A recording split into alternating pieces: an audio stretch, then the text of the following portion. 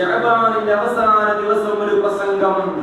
ആ പ്രസംഗത്തിൽ വിധങ്ങൾ അടിവരയിട്ടുകൊണ്ട് പറഞ്ഞു സ്വഹാബത്തോട്, അവിടുത്തെ അനുയായികളോട് പറഞ്ഞു, സ്വഹാബ, ഇതാ നിങ്ങൾക്കൊരു പ്രധാനപ്പെട്ട ഒരു മാസം വരുന്നുണ്ട്. ആ മാസത്തിന്റെ പ്രത്യേകത എന്താണ്? അതിൽ ഒരു ദിവസമുണ്ട്, ഒരു രാവുണ്ട്. അത് ലൈലത്തുൽ ഖദർ ഖൈറും മിൻ അൽഫി ശഹർ. ഏതാണ് ആ രാവ്? അത് ലൈലത്തുൽ ഖദറിന്റെ രാവാണ്.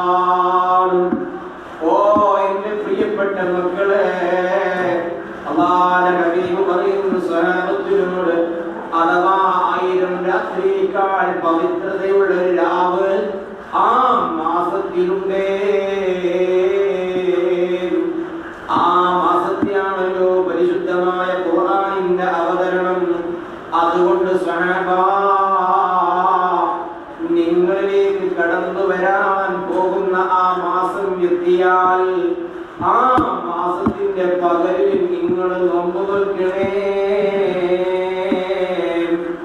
ആ റമദാനിന്റെ പകലിൽ നിങ്ങൾ നോമ്പ് നോൽക്കണം.